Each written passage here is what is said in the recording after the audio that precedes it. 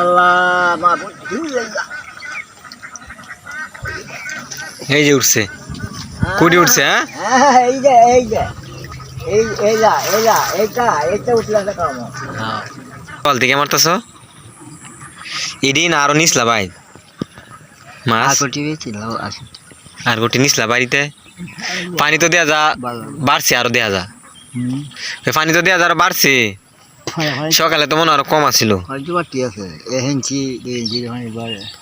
আর এক হাত বেড়ে গেছে। হ্যাঁ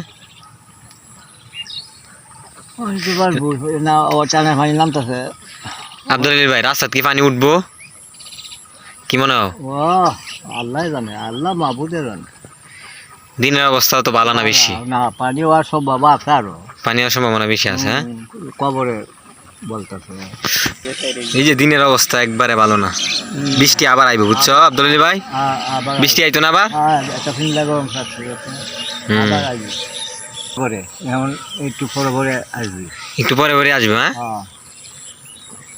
কি না কি বল টল মারলো নাকি ওই দিক দিয়ে বললো নাকি মাথাতে?